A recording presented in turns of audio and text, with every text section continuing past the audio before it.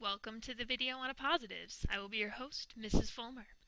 I've given you a packet on appositives. It's got some practice problems and also some information, but I'm hoping that this video will help clear up some common misunderstandings. So you've all seen appositives in the past. You've seen sentences like this even if your teachers haven't called them appositives. Mrs. Fulmer, comma, my English teacher, comma, trips even when she stands still. But that sentence is kind of boring. It doesn't really add any new information to the sentence. So we're going to learn how to use appositives in ways that vary our sentence structure and help us to communicate more ideas. So what are appositives? Appositives give us more information about the noun, but I actually like to think about them as replacement nouns. So, for example, John, comma, my brother, comma, is an architect.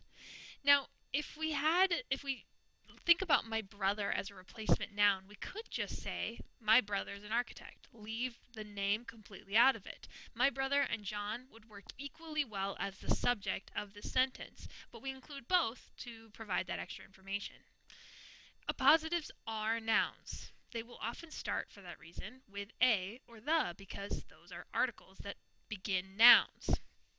They cannot start with to, or of, or with, or before, or any of those words, because those are not noun words. Those are prepositions and a subordinate conjunction.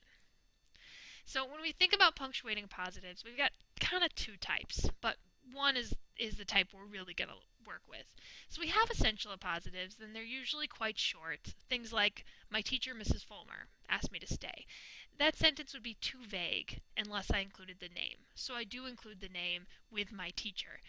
Most of the appositives that we're going to work with in the next year are non-essential appositives. I call them the real kind, because those are the ones that make your sentence interesting. They must always go in a comma prison if they're non-essential. Basically what we're saying when we put things in a comma prison is that it can be dropped from our sentence. We don't need it. So I call it a comma prison just as an easy way of reminding you that you have to have a comma on either side because it's non-essential. My English teacher, comma, the one with the videos, other comma, likes to rant. You can't just have one comma unless you have a period, which is kind of serving as the other wall of your prison. We'll talk about that more, but just for reference sake, it must go into a comma prison. To make matters more complicated, appositives can be quite long, and they can contain their own commas. So you've got sentences like this: a balding, comma, smooth-faced man, comma, he could have been anywhere between 40 and 60. So you can see that that's a little bit more complicated appositive, but the one thing that we want to ask ourselves is, what is it replacing? What is the noun that we're replacing here? And the noun is he. He is a balding, smooth-faced man. We could equally well say a balding, smooth-faced man could have been anywhere. What I like to put it in a positive form rather than simply cutting out the noun, because when you put it in a positive form, you're adding this extra information that's non-essential to your sentence, and sometimes you don't need that information otherwise. It would take away from the real core of your sentence, so you put it in a positive. Here's another one. It went away slowly, comma, the feeling of disappointment that came sharply after the thrill that made his shoulders ache. What are we replacing here with this very, very long appositive? We're replacing it.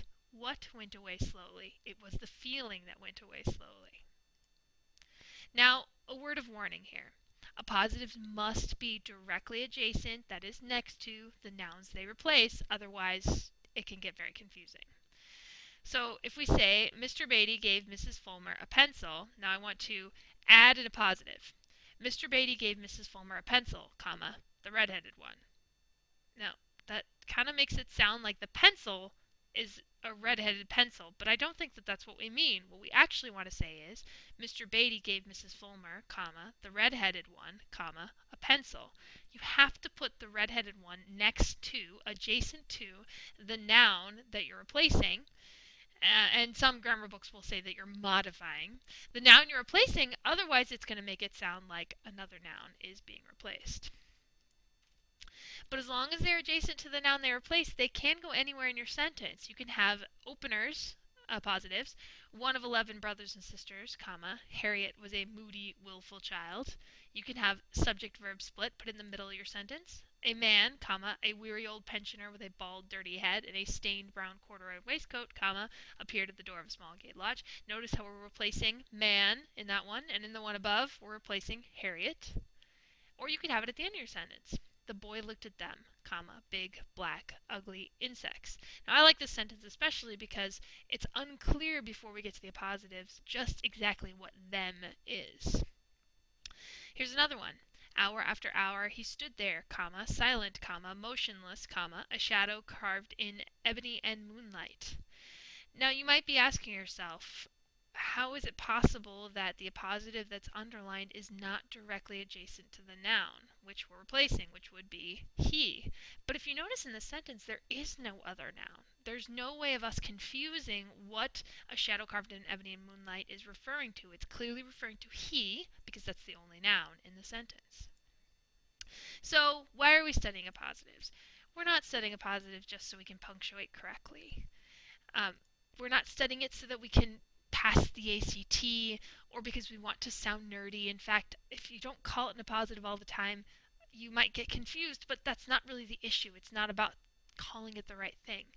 We are trying to compose more interesting and varied sentences in argumentation and in fictional writing.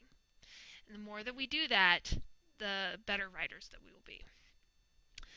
For example, in fiction, you might say, Papa, comma, a good, quiet man, comma, spent the last hours before our parting, moving aimlessly about the yard, keeping to himself and avoiding me. And this is a great fiction sentence. It's got a small appositive.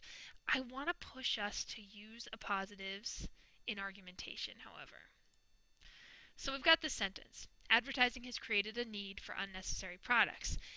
We can replace a noun in here, and we're going to try and replace advertising. That is, add more information with our positive. So we could say, an amoral industry that relies on ever-increasing demand, comma, advertising has created a need for unnecessary products.